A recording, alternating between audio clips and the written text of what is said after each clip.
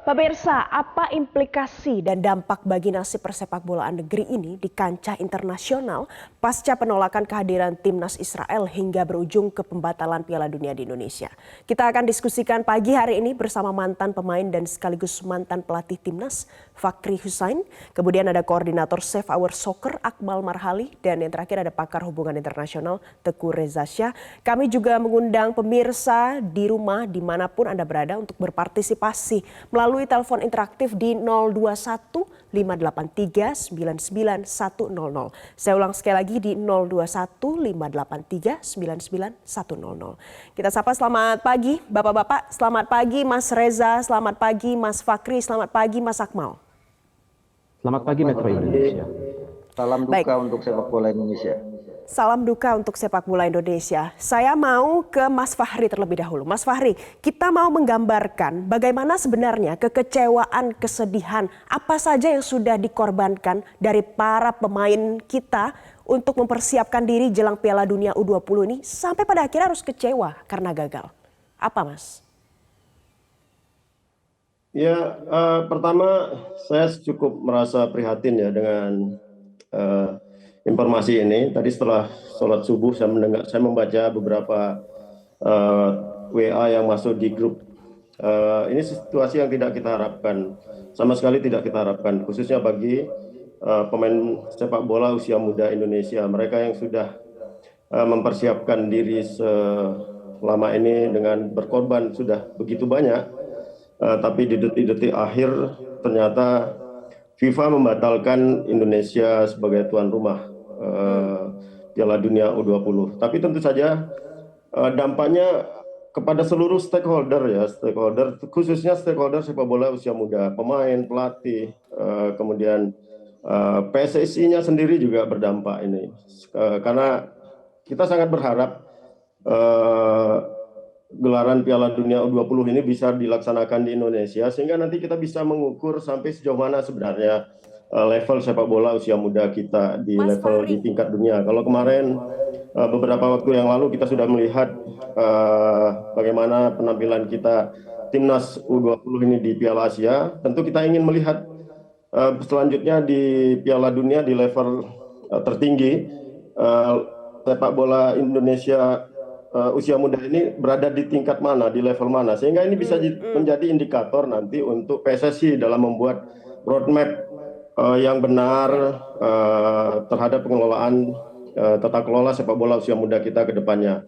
Nah sayangnya karena ini batal, ya tentu sekali lagi kalau bicara soal kesedihan, saya bisa membayangkan, saya bisa merasakan kesedihan yang dialami oleh Hoki Caraka dan teman-teman. Mereka sudah begitu semangat, begitu antusias, tapi Mas Fakhri, begitu semangat, begitu antusias, bisa Mas Fakhri ceritakan bagaimana perjuangan mereka latihan untuk menjelang Piala Dunia U20 ini nanti? Karena sebelumnya kan kita sudah lihat di Piala Asia. Bagaimana Mas? Boleh diceritakan? Ya, kalau proses pelaksanaan latihannya tentu saya sudah bisa menceritakan ya, karena itu kewenangan STY untuk. Tapi saya sebagai mantan pemain, saya sebagai mantan pelatih tim nasional usia muda, saya merasakan, karena saya sendiri pernah merasakan situasi seperti ini ya. Satu minggu sebelum pertandingan itu dilaksanakan, waktu itu masih AFF, ketika kita disanksi dibekukan, PSSI dibekukan oleh pemerintah, kemudian ditindaklanjuti disanksi oleh FIFA. Satu minggu saya waktu itu pegang timnas U16 dan U19, itu di U16 ada Egy, di U19 ada Asnawi. Satu minggu setelah kami melakukan persiapan yang begitu keras, mengorbankan banyak hal, meninggalkan anak, istri, keluarga, orang tua, pemain. Tapi satu minggu sebelum pertandingan kualifikasi itu dilaksanakan, kami nggak jadi melaksanakan pertandingan itu karena sanksi FIFA dan pembekuan yang dilakukan oleh PSSI. Nah kondisi itu sekarang dialami juga oleh Hoki Caraka dan teman-temannya ini. Gitu. Saya bisa merasakan betapa sedihnya mereka, betapa kecewanya mereka karena sudah mengorbankan banyak hal ya. Jadi saya kira soal kesedihan itu nggak perlu ditanyakan lagi lah. Ini kesedihan kita semua menurut saya. Kesedihan kita semua. Mas Akmal, Saya mau ke Mas Akmal. Mas Akmal, kalau kita baca lagi di rilis media yang disampaikan FIFA, disebutkan di sana bahwa salah satu alasannya mengikuti kejadian yang terjadi, tragedi di Indonesia, Oktober 2022. Berarti yang di-mention, yang disebutkan, yang tertulis secara resmi adalah soal Kanjuruhan, Oktober 2022. Tapi kita tahu akhir-akhir ini aneh karena bergulir juga ada intensi politik di dalamnya. Menurut Anda, dengan FIFA menuliskan di sini seputar tragedi Oktober 2022, apakah memang benar tragedi 2022 menjadi alasan? Ya, kalau FIFA harus belajar banyak soal Indonesia ya, bahwa Indonesia itu tidak bisa diberikan kabar yang tidak spesifik, sehingga kemudian akan multitafsir di berbagai kesempatan, dicari celah-celahnya sehingga kemudian digunakan untuk mencari alibi atas kesalahan, kebodohan para politisi kita dalam bersikap terhadap Piala Dunia akan hadirnya Israel sebagai peserta. Kebetulan ditanya ini kan, ini kita harus membaca secara utuh apa yang disampaikan dalam rilis FIFA.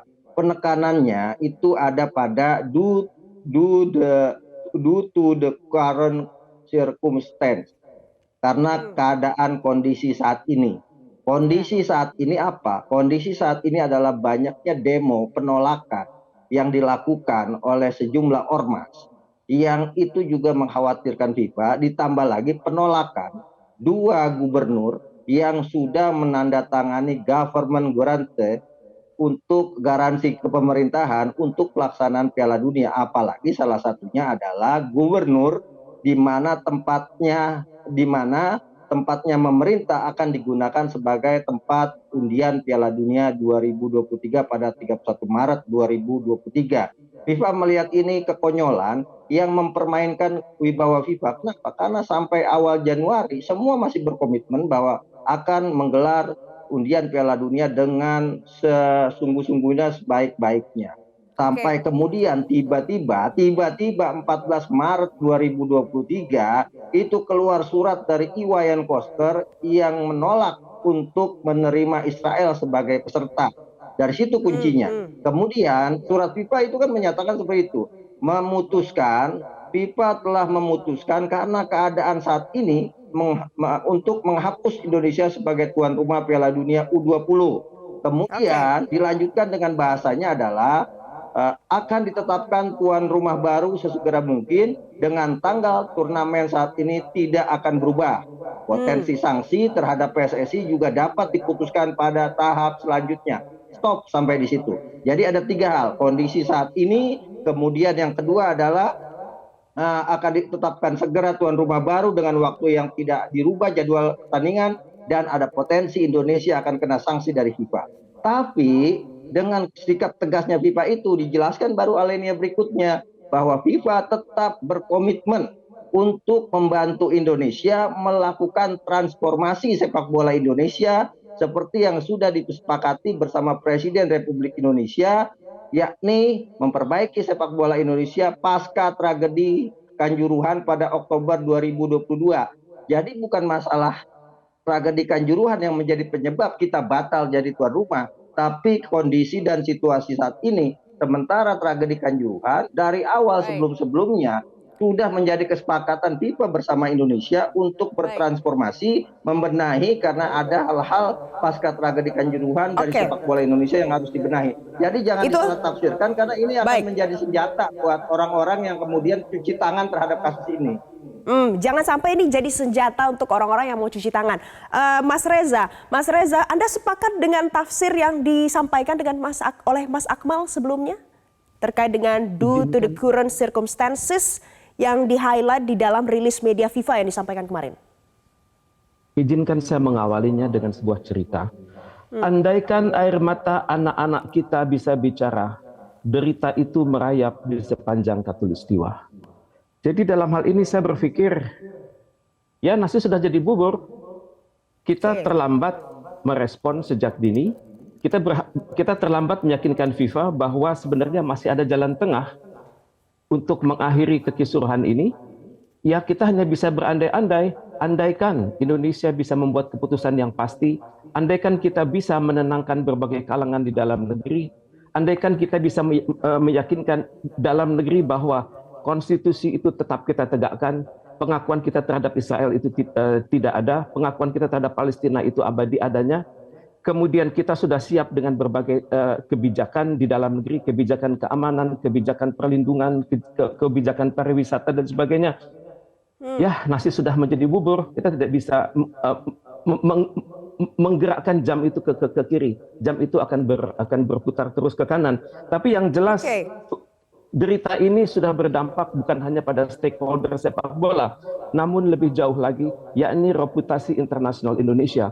Dunia mempertanyakan komitmen internasional kita di bidang investasi, di bidang dunia usaha, di bidang pariwisata, dan juga perhelatan apapun di Republik Indonesia. Kita punya tugas besar untuk pulih secara seksama dan dalam tempo yang sesingkat-singkatnya. Amin. Mas Reza, ini kalau kita baca dari rilis media yang disampaikan FIFA ini, interpretasinya yang mana yang memang menjadi penyebab utama sampai FIFA kemudian membatalkan Indonesia jadi tuan rumah Piala Dunia? Kita perlu menginterpretasikan apa yang disampaikan FIFA. Ya, kabinet statementnya FIFA itu saya pikir masih abu-abu. Dia tidak menjelaskan situasi yang terjadi di dalam negeri Indonesia. Yakni terjadi perbedaan pandangan antar tokoh-tokoh nasional Indonesia, satu, dan juga perbedaan dalam cara kita menafsirkan konstitusi. Kemudian juga FIFA tidak menyebutkan kata Israel. Sebenarnya kata Israel itu hendaknya dimasukkan dalam kata kunci FIFA. Tapi dengan tidak menyebutkan kata itu, ya saya pikir publik dunia tidak mendapatkan informasi yang seimbang. Mereka hanya cenderung menyalahkan Indonesia, tapi tidak sadar akan penyebab dari akar masalah itu, yakni yakni datangnya kontingen Israel ke Indonesia. Dan itu adalah dua hal yang FIFA belum jelaskan secara detail. Tapi FIFA juga membuka suatu ruang untuk kolaborasi di masa depan. Tapi nasi sudah jadi bubur. Saya setuju dengan pandangan Bang Fahri Husaini dan Bang Ahmad Marhali bahwa air mata itu sudah sepanjang Katulistiwa. Terima kasih. Mas Reza, apa yang bisa kita pahami dari due to the current circumstances tadi yang di-highlight oleh Mas Akmal, kalau ini adalah yang paling penting dalam surat itu? Ya, pengertian due to the current circumstances itu sangat majemuk ya. Bisa ditafsirkan masalah-masalah yang terjadi di Indonesia saat ini. Bagaimana publik terbelah pendapatnya. Kemarin Metro membagikan pandangan pada saat acara Hotman. Bang Hotman itu adalah 42-58. Itu salah satu bukti bahwa di kalangan masyarakat sendiri sudah terbelah. Itu yang pertama. Dan due to the current circumstances itu tidak juga menjelaskan bahwa pemerintah Indonesia sebenarnya sedang mencari jalan tengah untuk menyelesaikan masalah ini secara bertanggung jawab. Itu yang kedua. Dan yang ketiga juga pihak FIFA juga tidak menjelaskan bagaimana konklusi dari pertemuan Bapak Erick Thohir dengan mereka sendiri. Misalnya tentunya ada hal-hal yang sebenarnya menguntungkan Indonesia, tapi tidak sempat Pak Erick Thohir sendiri sampaikan kepada Indonesia. Jadi fair, jadi dalam hal ini hendaknya FIFA itu juga fair, tidak berlindung di balik kata due to the current circumstances. Tidak, dia harus terbuka atas masalah apa yang Indonesia hadapi, tapi juga masalah apa yang ngotot FIFA akan paksakan pada Indonesia. Itu tidak disampaikan oleh FIFA. Oke, jadi tidak ada secara spesifik disampaikan, tapi kalau kita interpretasikan kondisi saat ini, kondisi akhir-akhir ini, kita tahu Mas Fahri, kita tahu akhir-akhir ini yang terjadi adalah Iwayan Koster dan Ganjar Pranowo menyatakan kalau menolak timnas Israel untuk datang. Ya kan? Karena kita punya pendirian sesuai dengan amanat Presiden Republik Indonesia pertama Soekarno. Begitu yang disampaikan oleh Ganjar Pranowo. Menurut Mas Fahri, apakah pernyataan seperti ini kemudian disampaikan ke publik? Ini kan menjadi satu yang luar biasa dampaknya. Masalahnya ini adalah olahraga harus sportif. Apakah harus bawa-bawa seperti itu, Mas Fahri? Ya, sebagai seorang politikus mereka sah-sah saja ya untuk menyampaikan sikapnya. Tapi menurut saya, dan saya yakin-yakinnya pasti ada sesuatu yang ingin dicapai ya dengan menyampaikan statement seperti itu, statement soal Israel, menolak Israel itu buat politikus mereka berpikirnya hanya untuk kepentingan partai, untuk kepentingan kelompok. Tentu kami, saya mungkin Pak Mas Akmal atau praktisi olahraga khususnya pelatih-pelatih sepak bola, atlet-atlet sepak bola, pendapat ini bisa jadi kita abaikan gitu, karena sepak bola dengan politikus meskipun ada hubungannya ya, karena dalam beberapa situasi banyak juga negara-negara yang ditolak penampilannya karena masalah politik. Yang saya perlu sampaikan di sini, ini saya coba menerjemahkan ya kondisi saat ini yang disampaikan tadi. Memang tidak secara spesifik FIFA menjelaskan di surat itu. Ini semua kita mencoba untuk menginterpretasikan. Kalau saya melihatnya ada 3 kondisi saat ini. Pertama Kanjuruhan, yang kedua semakin maraknya penolakan terhadap Israel. Yang ketiga, jangan-jangan kesiapan venue. Ini yang mungkin pertanyaannya, apakah venue yang diinginkan FIFA itu sudah sesuai dengan standar yang diinginkan FIFA? Karena di berita terakhir yang saya dapatkan itu ada salah satu stadion yang kondisi tempat duduknya itu masih belum sesuai dengan harapan FIFA. Gitu. Jadi ini bisa banyak sekali interpretasi yang bisa kita terjemahkan dari kondisi saat ini yang ada di dalam FIFA itu ya. Saya berpikirnya oke soal Israel, oke soal Kanjuruhan, tapi kita juga jangan sampai mengabaikan ada nggak investigasi terkait dengan kesiapan venue kita. Jangan-jangan FIFA melihat ketika mereka melihat ada satu stadion yang sampai mereka infeksi beberapa waktu yang lalu, melihat belum sesuai tentang tempat duduknya sesuai dengan standar FIFA, itu justru menjadi masalah utama, bisa jadi itu. Jadi, Mas Fahri, jadi situasi ini bisa. Kalau versi Mas Fahri menginterpretasikan kondisi saat ini, ada Kanjuruhan, kemudian ada situasi politik seputar Israel, dan yang terakhir adalah soal venue. Bapak-bapak, sebentar kita akan dengarkan dulu, ada penelpon, ada Pak Mulyadi dari Lombok. Selamat pagi Pak Mulyadi. Silahkan Pak Mulyadi, sampaikan pendapat Anda. Halo, ya, baik.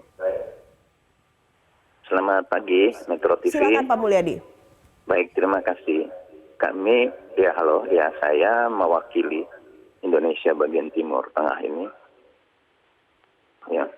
Ya, selamat pagi, baik. Kami terus terang, saya pribadi karena pecinta bola, olahraga secara umum, kecewa berat. Seperti yang saudara Akmal tadi sampaikan, innalillahi wa inna ilaihi raji'un. Innalillahi wa inna ilaihi raji'un. Innalillahi wa inna ilaihi raji'un. Pak Mulyadi? Iya. Jadi, sudah menyampaikan? Silakan Pak, singkat saja Pak. Jadi singkat saja bahwa olahraga itu bersifat sportif. Olahraga itu bersifat profif. Olahraga itu bersifat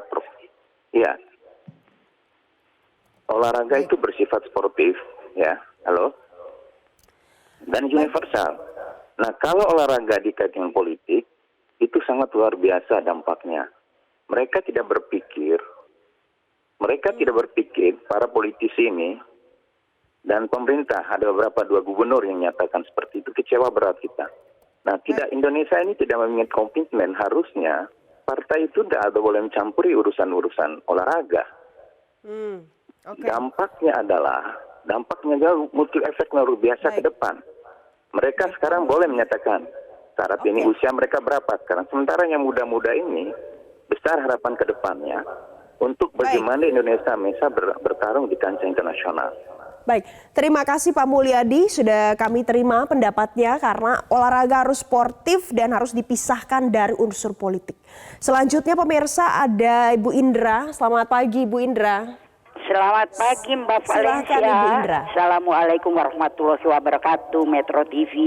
Waalaikumsalam. Selalu ada hikmah di balik musibah yang terjadi. Jadi kita ambil hikmah dari musibah itu. Katakanlah kalau tercampur politik, nah kita bisa lihat mana politikus yang negarawan dan mana negarawan yang politikus, bisa kita lihat. Kemudian untuk sepak bola sendiri, kita tahu sejak dulu tangan Tuhan bermain di sini. Jadi mungkin Tuhan mengingatkan, hei Indonesia, belum waktunya kamu menyelenggarakan ini. Perbaikilah, lebih lebih perlihatkan kualitas negaramu. Insya Allah nanti dengan transformasi itu kita bisa menjadi penyelenggara atau tuan rumah yang membuat dunia kagum. Baik. Dan berikutnya prestasi olahraga kita meningkat. Terima kasih Bu Indra dari Cirebon, Jawa Barat untuk pendapatnya. Mas Akmal, tadi kita sudah dengar ada beberapa pendapat yang disampaikan. Yang paling menarik tadi senada dengan yang disampaikan oleh Mas Fahri terkait ini pasti ada kepentingan di belakangnya, ada sesuatu yang ingin dicapai, mungkin ada kepentingan partai. Kemudian tadi Bu Indra juga sempat menyatakan kita bisa tahu mana politikus yang negarawan atau tidak dengan kejadian ini. Mas Akmal, kita boleh memberikan penilaian, kalau penilaian Anda dari semua yang terjadi ini ada kepentingan siapa di baliknya? Ya, yang pertama saya ingin menjelaskan bahwa FIFA dalam hal ini sepak bola itu sangat alergi dengan kepentingan politik gitu. Dan kita sudah merasakan itu, kita sudah punya pengalaman 2015 ketika negara mengintervensi dan kemudian kita di-ban. Jadi ini yang kemudian membuat FIFA itu sangat alergi. FIFA punya wibawa sendiri, punya kedaulatan sendiri bersama dengan anggota-anggotanya. Ini yang harus dipahami. Kemudian ulasan yang tadi disampaikan Bang Fahri 3 hal itu besar kemungkinan bisa diterjemahkan sebagai situasi kondisi terkini. Tapi saya bisa menjawabnya dan menguraikan satu persatu. Yang pertama adalah misalnya soal Kanjuruhan. Soal Kanjuruhan, sebelum ada soal Kanjuruhan semua sudah disepakati bersama-sama bahwa FIFA dengan PSSI akan melakukan transformasi sepak bola Indonesia dengan berbagai hal ya, aspek infrastruktur, aspek keamanan, semuanya akan dibenahi bersama-sama sambil berjalan. Artinya aspek ini sejatinya sudah dalam proses atau dalam tempat yang sudah disiapkan, dipisahkan dari Piala Dunia. Ada Piala Dunia, tidak ada Piala Dunia, aspek ini pembenahan pasca tragedi Kanjuruhan akan dilakukan bersama-sama dengan FIFA dan FIFA akan melakukan asistensi untuk itu. Kemudian yang kedua terkait venue kita menawarkan 10 venue yang kemudian diterima hanya 6 venue yang menjadi tuan rumah, ditambah lagi berita terakhir disampaikan oleh FIFA bahwa ada 2 venue yang belum selesai, Stadion Sijalak Harupat dan juga Stadion Iwayan Dipta. Ada beberapa aspek kecil yang masih harus dibenahi dan dikebut penyelesaiannya. Nah, bicara soal venue sebenarnya dari 6, 4 saja kita bisa selesaikan. 4 kan sudah selesai secara umum bahwa yang punya PR cuma 2. Nah, 4 saja sebenarnya untuk Piala Dunia U20 sudah cukup. Kenapa? Karena Peru sebagai tuan rumah Piala Dunia U17 itu hanya menyiapkan 4 stadion. Jadi untuk konteks stadion sebenarnya dalam hal ini adalah sudah memenuhi standar walaupun masih 90%, tinggal 10% lagi dan kalaupun kemudian 2 itu batal, 4 stadion saja sudah cukup. Yang ketiga, ini terkait dengan isu terkini soal penolakan Israel dan ini yang paling penting menurut saya karena kondisi saat ini kan yang ramai itu semua. Yang kemudian adalah bagaimana undian Piala Dunia bisa digelar kalau ternyata tempat penyelenggaraan Piala Dunia itu tidak mau menerima salah satu kontestan hadir. Masa kemudian undian Piala Dunia digelar dengan 23 negara sementara satu negara harus via Zoom seperti kita saat ini. Ini kan nggak fair. Dan FIFA menempatkan seluruh anggotanya pada porsi yang sama. Tidak kemudian ada diskriminasi. Kenapa? Karena yang lolos semua berdasarkan kualifikasi, bukan berdasarkan kepentingan politik, bukan berdasarkan keputusan politik, bukan karena pemberian politik. Nah, ini yang harus dipahami. Yang kedua, yang harus saya tegaskan adalah bahwa FIFA itu ingin menegakkan wibawanya. Ini juga pelajaran buat Indonesia. Jangan main-main gitu kan dengan organisasi-organisasi lain. Dengan organisasi lain. Kita kan menganggap remeh dan menganggap enteng bahwa FIFA bisa kita koordinasikan, bisa kita atur semuanya. Dan saya bisa mengatakan ini karena saya mengalaminya dan saya mendengar langsung dari para politisi itu semua bahwa ini sudah ada win-win solution kata dia. Dan udahlah, soccer nggak usah banyak bicara. Ini kita udah ada win-win solution. Kita tukar Peru tuan rumah Piala Dunia U20, kita tuan rumah Piala Dunia U17. Kenapa? Nggak ada Israel, win-win solution buat kita juga dan kita akan meraih kemenangan ini. Nah, seperti itu dikatakan dan saya berani bertanggung jawab untuk itu. Salah satu politisi mengatakan hal yang demikian dan saya pikir ini akhirnya dijawab bahwa FIFA itu tidak bisa diintervensi dan tidak bisa didikte. Dan ini wibawa FIFA yang ingin diperlihatkan kepada dunia. Nanti lu jangan main-main ya, negara-negara yang lain ketika mencalonkan tuan rumah Piala Dunia, jangan seperti Indonesia, sudah injury time, sudah mau tanding, kemudian menolak. Ini kan menyakiti, kalau bahasa anak-anak sekarang kan sakitnya tuh di sini. Itu kalau Presiden FIFA mau ngomong seperti itu gitu kan. Kita mempermainkan, dan dampaknya benar kata Pak Reza, bahwa kita ini bukan cuma dampaknya di sepak bola, kita di bench, tapi dampaknya juga masyarakat lain atau negara lain yang punya komitmen dengan Indonesia untuk urusan bisnis, sosial, budaya dan sebagainya akan berpikir ulang terkait misalnya komitmen bisnis, jangan sama Indonesia, enggak komitmen orangnya satu. Nah kemudian kenapa dibuat situasi dan kondisi saat ini juga sepertinya pilihan yang kemudian diambil bahasanya ketika Pak Erick Thohir ada di sana untuk menjaga apa? Karena ke depan Indonesia itu akan menjadi tuan rumah beberapa event internasional, Piala Basket Dunia, kejuaraan basket dunia. Satu, kemudian pada 24 pada bulan Agustus pada tanggal 6 sampai tanggal 11 akan ada World Beach Games yang diselenggarakan di Bali, di mana salah satu pesertanya adalah Israel gitu. Mas Akmal, yang menarik adalah tadi Anda katakan kalau mungkin ini adalah lobby-lobby Erick Thohir pada saat ada bersama dengan Presiden FIFA. Mas Reza, mungkinkah itu dilakukan, ada unsur lobby-lobby di dalamnya makanya rilisnya seperti ini? Ya, saya berpikir FIFA juga ingin dianggap tidak bersalah ya. FIFA juga ingin tidak dianggap tidak berusaha lebih dalam begitu. Misalnya pada hari-hari terakhir ini, awak-awak FIFA yang ada di Indonesia kan belum bikin statement. Kemudian kalau saya lihat gerak jalan mereka, kelihatannya mereka tidak sepenuhnya negatif dengan perkembangan yang ada di Indonesia. Kemudian FIFA juga hendaknya terbuka begitu. Apa pointers unggulan dari Erick Thohir dan di mana keberatan mereka, dan ini tidak terbaca oleh dunia. Jadi saya pikir tanggung jawabnya bukan hanya di kita, FIFA juga harus terbuka. Karena bagaimana kita melakukan refleksi diri, kalau tidak kita tidak tahu bagaimana persepsi FIFA atas kita. Kalau tidak kita akan terbelah dalam negeri. Misalnya sebagian pihak akan mengatakan para politikus belum jadi negarawan, tapi insan sepak bola semuanya negarawan. Akan muncul statement-statement seperti itu. Akan muncul juga statement-statement yang melihat bahwa para politikus di Indonesia itu berupaya menarik segmen yang seluas-luasnya. Misalnya semangka itu punya warna hijau di luar dan punya warna merah di dalam. Mangga itu punya warna hijau di luar, warna kuning di dalam. Pepaya punya warna kuning di luar, punya warna merah di dalam. Juga rambutan punya warna merah di luar dan warna putih di dalam. Maka sampai adanya kejelasan soal ini, interpretasi masyarakat akan sangat liar dan kasihan. Mas Reza, pertanyaannya, bisakah kita meminta itu kepada FIFA? Saya belum melihat statuta FIFA ya, tapi saya sangat berharap Pak Erick Thohir bisa mengajukan banding. Tentu saja dengan berbagai perubahan di dalam negeri.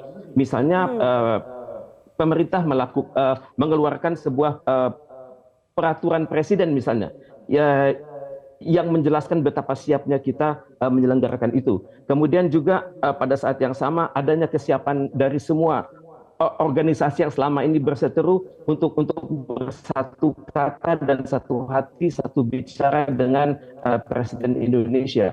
Tentunya ini memerlukan kerja politik dalam negeri yang sangat luar biasa. Saya sangat berharap pembenahan dalam negeri kita lakukan dalam 24 jam ke depan dan pada FIFA. Dan tentunya FIFA juga harus berpikir dong, ini adalah olahraga yang mempersatukan seluruh umat manusia di dunia. Janganlah Indonesia dijadikan kambing hitam untuk kali ini, karena beberapa tahun silam kita sudah juga di-ban oleh FIFA. Oke, Mas Reza, kita kembali lagi singgung soal Israel. Kita tahu sebelumnya FIFA pernah larang Rusia tampil di Piala Dunia Qatar. Nah kemudian ini juga digunakan oleh Sekjen PDI Perjuangan, Hasto Kristianto, yang mengatakan bahwa ada standar ganda yang diberlakukan oleh FIFA. Kalau kita bicara soal standar ganda yang memang diberlakukan oleh FIFA, sebelum bertanya boleh atau tidak, apakah memang benar ada standar ganda tersebut, Mas Reza? Itu tafsiran kita ya, bahwa mereka menggunakan standar ganda. Tapi kalau kita melihat bagaimana pandangan masyarakat di dunia, misalnya masyarakat di Rusia, masyarakat di Cina, dan masyarakat yang tidak pro Barat, maka ini adalah yang mereka katakan bahwa FIFA itu menggunakan standar ganda, di mana kalau terhadap Rusia sangat keras dan juga kepada kita sangat keras, tapi pada saat yang sama ya mereka selalu berbicara bahwa standar FIFA itu harus dijunjung tinggi, dan inilah gunanya kita melakukan wawancara mendalam dengan kalangan FIFA. Jangan sampai boleh saya bicara biar clear gitu kan, jangan sampai kita digiring ini kan. Yang menghukum Rusia itu bukan FIFA, yang menghukum itu UEFA atas permintaan anggota UEFA. Jadi jangan sampai kemudian kita digiring sehingga kita mengikuti arah yang ingin dibawa ke sana. Kita dudukan persoalan pada sesungguh-sungguhnya bahwa Rusia itu di-ban atau dihukum oleh UEFA, Federasi Sepak Bola Eropa, yang ketika itu masyarakat Eropa, negara-negara Eropa meminta untuk Rusia menghentikan invasi kepada Ukraina. Nah, ketika itu jelang playoff Piala Dunia antara Polandia berhadapan dengan Rusia. Tapi kemudian Rusia tetap memaksakan bahwa dia tetap melakukan invasi, dan ketika itu kemudian negara-negara seperti Polandia, Swedia, Republik Ceko, Italia dan sebagainya meminta kepada UEFA untuk menghukum Rusia, dan akhirnya Rusia dihukum. Nah, dalam konteks sekarang misalnya di level FIFA Rusia tetap main gitu kan.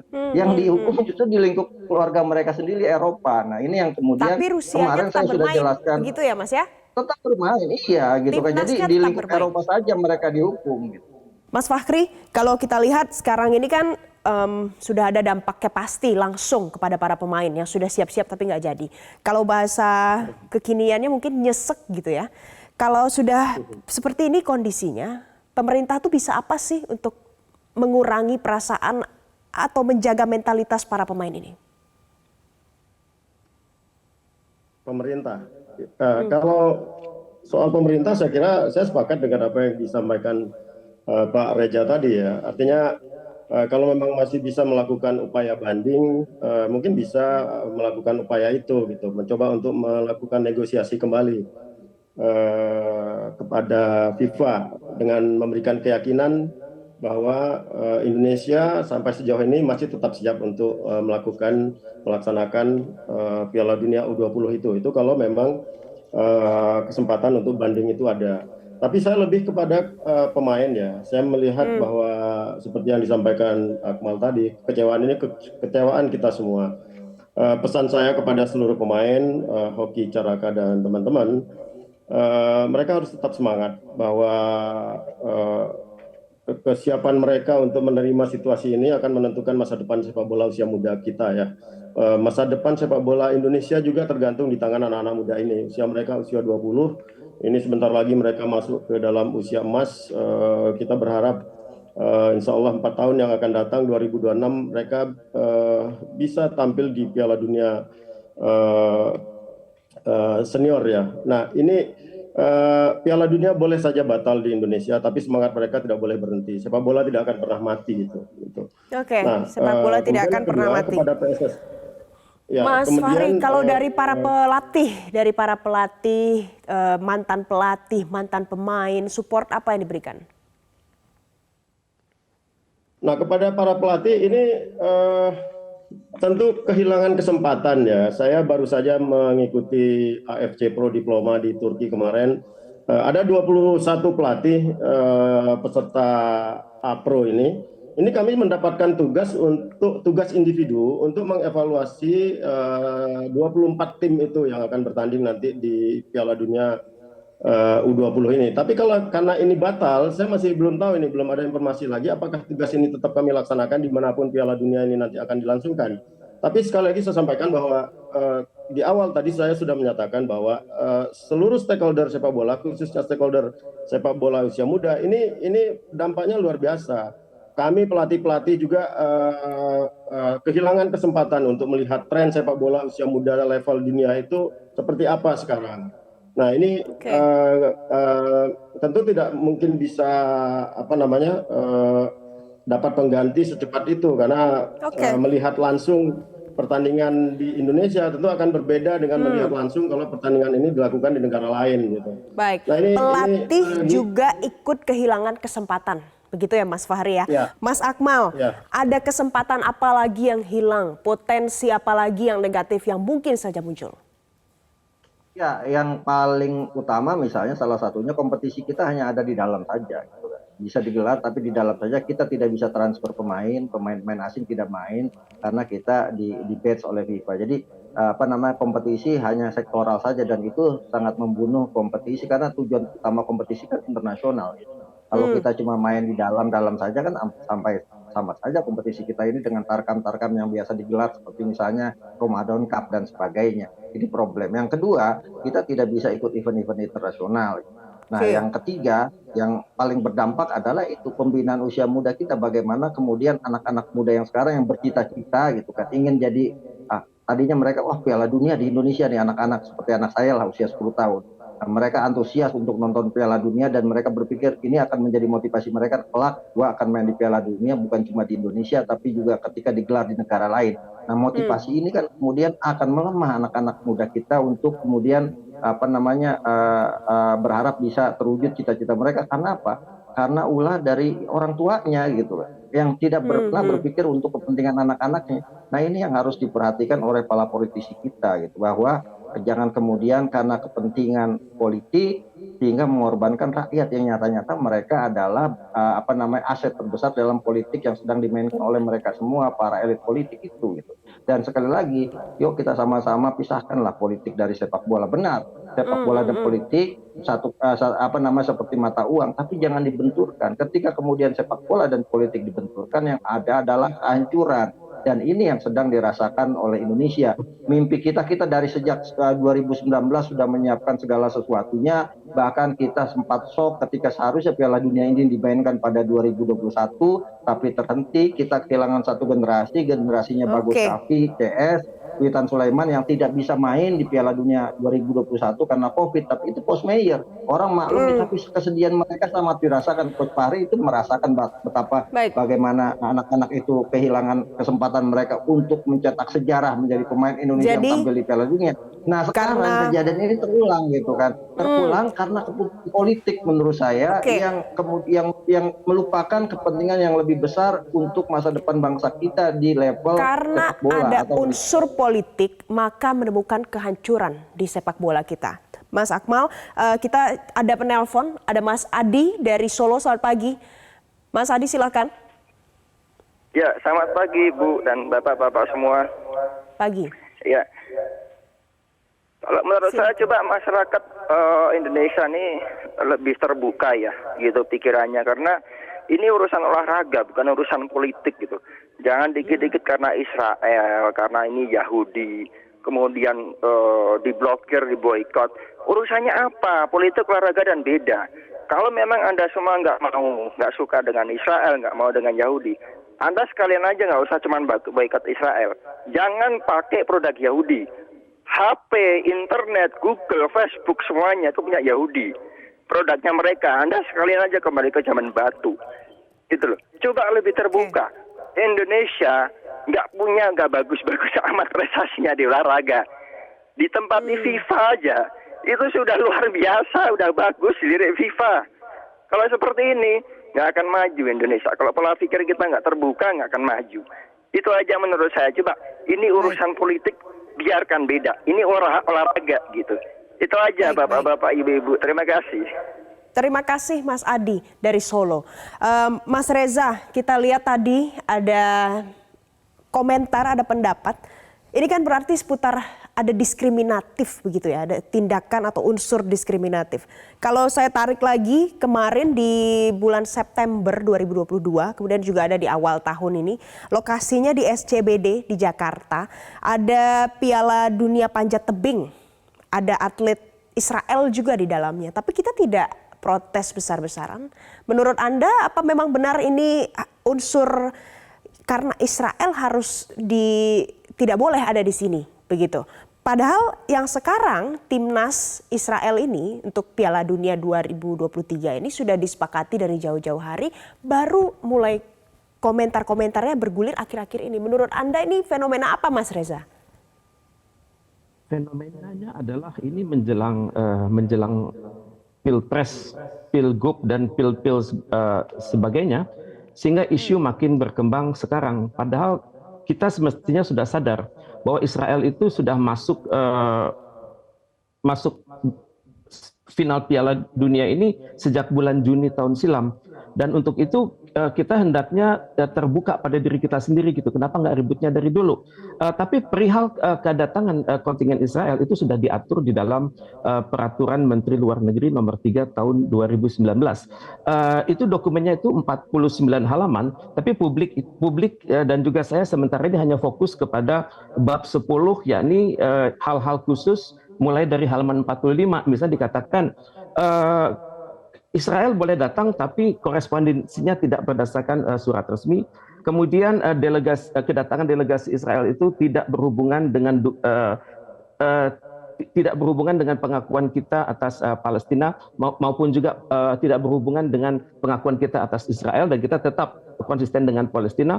Dan kemudian tidak ada bendera dan lambang. Kemudian kehadiran Israel tersebut tidak membawa konsekuensi pengakuan politik, dan yang terakhir adalah kedatangan kontingen Israel itu datang dengan paspor biasa. Jadi sebenarnya bukanlah merupakan hal yang mustahil delegasi Israel itu untuk datang ke Indonesia, tapi tentunya mereka juga sudah mengerti kisi-kisi yang Indonesia terapkan pada diri mereka, misalnya datang dalam kapasitas sebagai wakil dari PBB, datang dalam kapasitas sebagai wakil di bawah PBB seperti WHO, UNICEF maupun UNESCO, tapi tidak menggunakan momentum itu untuk menyatakan bahwa Israel siap membangun hubungan diplomatik dengan Indonesia, dan juga mereka tidak mengibarkan namanya bendera, mereka tidak menyanyikan lagu-lagu kebangsaan. Dan untuk itu ya ini adalah kesepakatan yang sudah kita kesepakatan tidak tertulis ya, yang sudah dimengerti oleh Israel atas bagaimana sikap kita atas diri mereka. Oke, jadi boleh datang, yang penting tidak ada konsekuensi politik. Konsekuensi politik itu seperti apa, Mas Reza? Ya, misalnya mereka membuat sebuah statement mengatakan bahwa dalam beberapa hari ini akan bertemu dengan pejabat-pejabat Indonesia. Mereka mengatakan akan berkunjung ke berbagai kampus-kampus di Indonesia untuk mengikrarkan hubungan bilateral dengan Indonesia. Kemudian mereka juga bisa mengatakan akan sudah terjadi perjanjian istimewa antara Israel dengan Indonesia. Ini sudah terlalu jauh, tapi kita harus berpikir bahwa Israel itu adalah bangsa yang luar biasa, kemampuan komunikasi mereka luar biasa, kemampuan mereka membaca pesan-pesan yang tertulis maupun tidak tertulis juga luar biasa. Mungkin ini yang menjadi antisipasi dari berbagai kalangan di dalam negeri yang kita bisa membedakan peradaban Yahudi dengan agresi Israel di Palestina. Dan ini juga yang Israel mau pisahkan gitu. Mereka mengatakan urusan Palestina adalah urusan dalam negeri mereka. Baik, jadi kesimpulannya, apakah jika timnas Israel jadi hadir, seandainya tidak dibatalkan Piala Dunia ini, adakah konsekuensi politiknya kalau timnas Israel hadir, Mas Reza? Sebenarnya bisa dieliminir seminimal mungkin. Misalnya pada saat mereka mengajukan proses visa, itu yang maju adalah mereka bersama FIFA. FIFA di depan, mereka di belakang. Kemudian pada saat yang sama, pada saat mereka datang ke Indonesia, itu semua kontingen itu sudah terdata dengan sangat baik oleh otoritas Indonesia. Kemudian mereka nanti datang tidak perlu dengan pawai besar-besaran, mereka tidak perlu datang dengan membawa kontingen media massa internasional, tidak perlu. Dan pada saat mereka berada di hotel-hotel Indonesia pun, semua pergerakan mereka dibatasi hanya untuk sepak bola saja. Dan pada saat pertandingan sepak bola itu, permintaan kita adalah tidak ada lagu kebangsaan dan tidak ada bendera. Dan mungkin yang bisa diangkat dibenderakan nanti adalah benderanya KONI Israel misalnya. Kemudian pada saat nanti biasanya ada pengumandangan lagu kebangsaan, yang dikumandangkan adalah barangkali yang mengheningkan cipta, tapi mereka diperkenankan menggunakan headphone misalnya. Jadi hal-hal ini yang aturan teknis yang harus kita sepakati dengan FIFA. Oke, Mas Akmal, saya mau Anda respon apa yang disampaikan Mas Reza. Ada atau tidak konsekuensi politik dari kedatangan timnas Israel kalau memang jadi datang? Singkat saja karena kita ada penelpon. Mas Akmal. Kalau saya sih lebih bicara, kita ini ingin nonton bola, kita ingin melihat anak-anak main bola. Saya sih sebenarnya berpikir lebih simpel seperti itu, tidak mau masuk terlalu dalam dari urusan politik. Karena politik jadi tidak ada konsekuensi politiknya? Tidak ada. Jadi gini, di politik itu kan tidak ada yang abadi. Yang abadi adalah tujuan. Nah, ini yang kemudian merusak aura sepak bola gitu sebagai olahraga yang sportif dan fair play yang kemudian dirasuki oleh kepentingan politik. Jadi yang paling penting saat ini adalah bahwa apapun kebijakannya yang sudah mau dilakukan ini sudah selesai, semuanya sudah. Baik, sudah jadi end. Tinggal menurut kita Mas Akmal, kalaupun jadi datang tidak akan ada konsekuensi politik ya. Kita coba dengarkan dulu ada pendapat Pak Jen. Iya, dan tidak akan datang gitu. Iya, Pak Jen selamat pagi silahkan. Selamat pagi semuanya.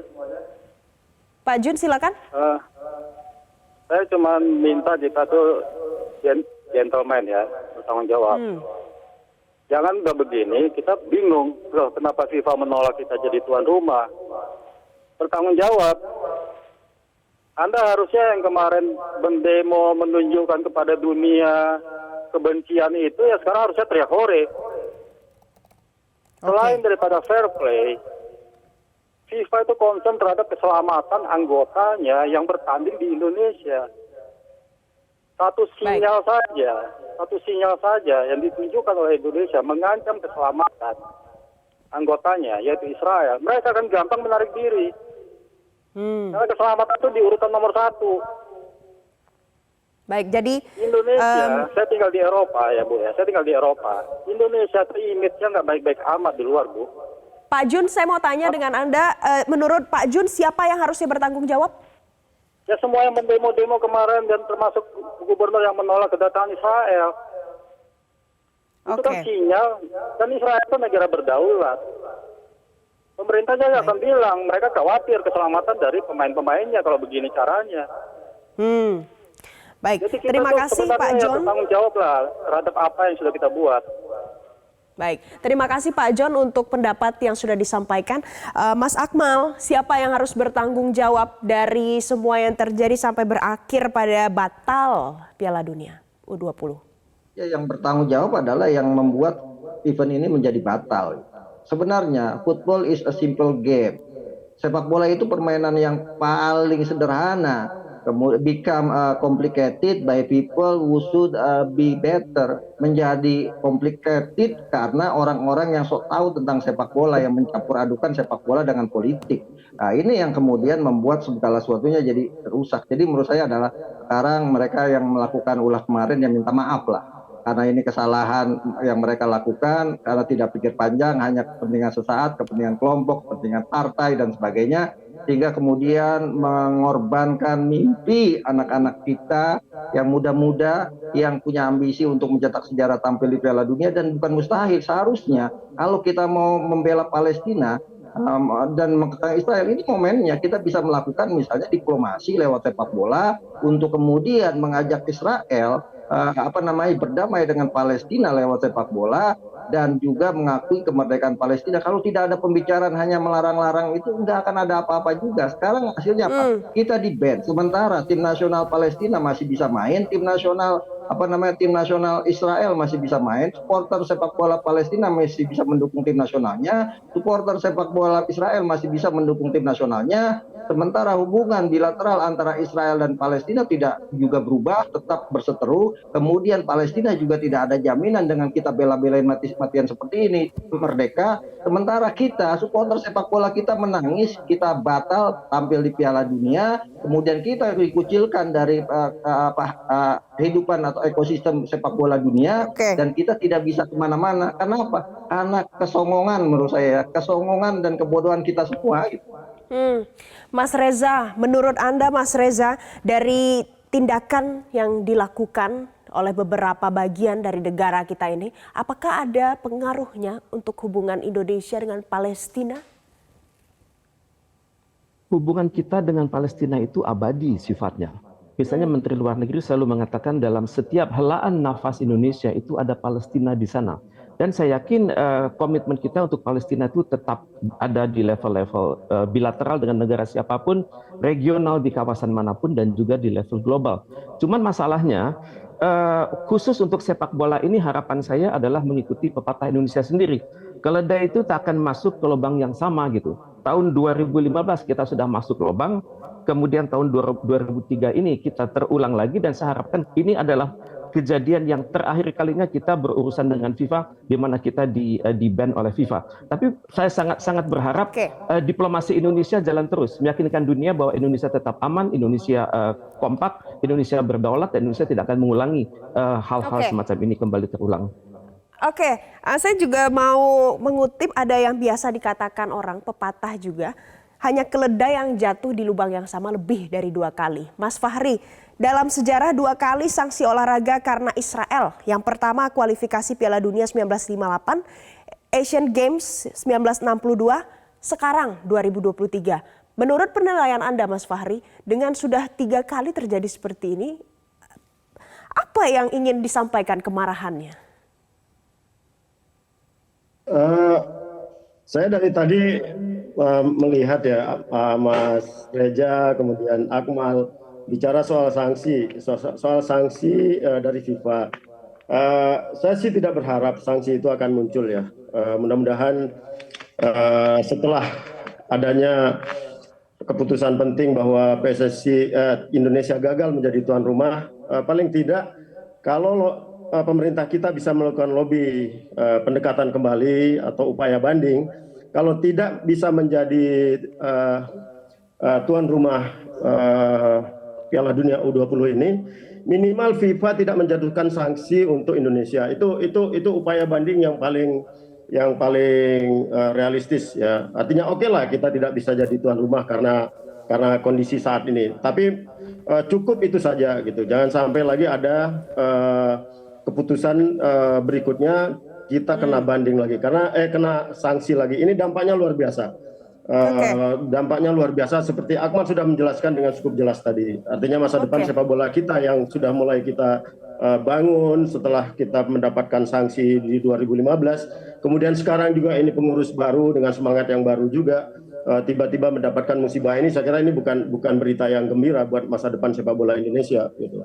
Nah, saya berharap oke lah, katakan kalau memang keputusan ini tidak bisa dinegosiasikan kembali, kita sudah final bahwa FIFA tidak bisa menetapkan Indonesia sebagai tuan rumah, minimal tidak ada sanksi untuk sepak bola kita supaya sepak bola itu tetap hidup, khususnya sepak bola usia muda kita ini tetap bisa berjalan sebagaimana mestinya. Itu. Baik. Mas Akmal, seberapa besar potensinya kita tidak diberikan sanksi?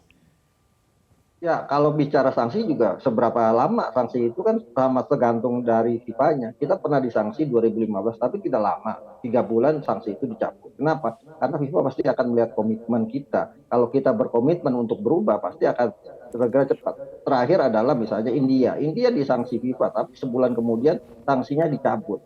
Jadi kalau kemudian FIFA tidak memberikan sanksi, saya pikir nggak akan pasti FIFA memberikan sanksi sebagai pembelajaran buat anggota-anggota mereka yang lain, jangan main-main dengan FIFA itu kan, dengan organisasi yang menaungi sepak bola dunia. Ini yang kemudian pesan yang ingin disampaikan oleh FIFA kepada seluruh anggotanya. Jika kalau kemudian sanksi, bisa saja sanksi dijatuhkan, kemudian ada seperti yang dikatakan Bang Fahri tadi, ada usaha pemerintah untuk satu, mereka mengakui kesalahan ini, yang kedua mereka akan melakukan perbaikan dalam berbagai hal, kemudian FIFA melihat bisa seminggu, 2 minggu, 3 minggu, sanksi itu akan dicabut. Jadi lama tidaknya sanksi amat sangat tergantung bagaimana kita berbenah dari kasus yang telah kita lakukan ini, dari kebodohan yang telah kita lakukan. FIFA sebenarnya lagi mau mengajarkan kita, yuk profesional lah, itu kan bola ini harus dibawa ke jalur yang profesional. Jangan kemudian dibentur-benturkan dengan kegiatan-kegiatan politik, karena sepak bola punya jati diri sendiri, punya law of the game, punya yang namanya hukum tersendiri dalam football family-nya, dan bahkan di law of the game FIFA pasal 5.4 itu disebutkan bahwa FIFA sangat melarang adanya kepentingan politik yang masuk dalam pertandingan sepak bola. Nah, itu yang kemudian harus menjadi pengingat bangsa Indonesia ini agar tidak mengulanginya ke depan dari kasus yang sekarang dialami oleh Indonesia. Terakhir saya mau ke Mas Reza. Mas Reza, dari semua opini, tulisan, pendapat yang bergulir di media sosial dari masyarakat terkait dengan hal ini, apalagi yang bawa-bawa Israel, apa yang seharusnya menjadi catatan yang bisa dilakukan oleh masyarakat untuk tetap menjaga citra Indonesia? pembangunan citra Indonesia itu merupakan suatu kerja keras semua orang Indonesia. Oke lah, nasi sudah jadi bubur, kita semua sedih, tapi mohon kita segera bangkit gitu ya. Dan untuk kita semua, kita perlu melakukan koreksi diri. Bahwa olahraga itu adalah olahraga, politik itu adalah politik. Dua ini jangan dibentur-benturkan. Tapi pada saat yang sama, bila kita pikir terjadi potensi perbenturan itu, maka merujuklah kita kepada undang-undang dan juga pada peraturan yang ada. Khusus untuk kita semua, ini adalah suatu koreksi diri. Hendaknya kita terbuka untuk koreksi diri tersebut. Hendaknya juga kita terprogram bahwa kita melakukan koreksi diri dan juga kita mengkomunikasikan kepada kalangan dalam dan luar negeri bahwa kita sedang mengkoreksi diri kita sendiri. Dan untuk itu kita sangat berharap hal ini tidak keluar dari itu. Betul tadi statement dari Bang Fahri dan Bang Akmal. Kalaupun ada sanksi, mohon yang disanksikan itu adalah penyelenggaraan. Tidak insan sepak bola kita tidak perlu terkena sanksi. Penyelenggaraan yang lain jangan kena sanksi. Kemudian kepelatihan jangan kena sanksi. Kemudian coaching dari luar negeri jangan terkena sanksi. Dan semoga sanksi itu terselesaikan secara cepat. Terima kasih. Baik. Terima kasih mantan pemain sekaligus pelatih timnas Fakhri Hussein. Terima kasih koordinator Save Our Soccer Akmal Marhali. Terima kasih pakar hubungan internasional Teguh Reza Syah sudah bergabung bersama kami pagi hari ini di Metro Pagi Prime Time.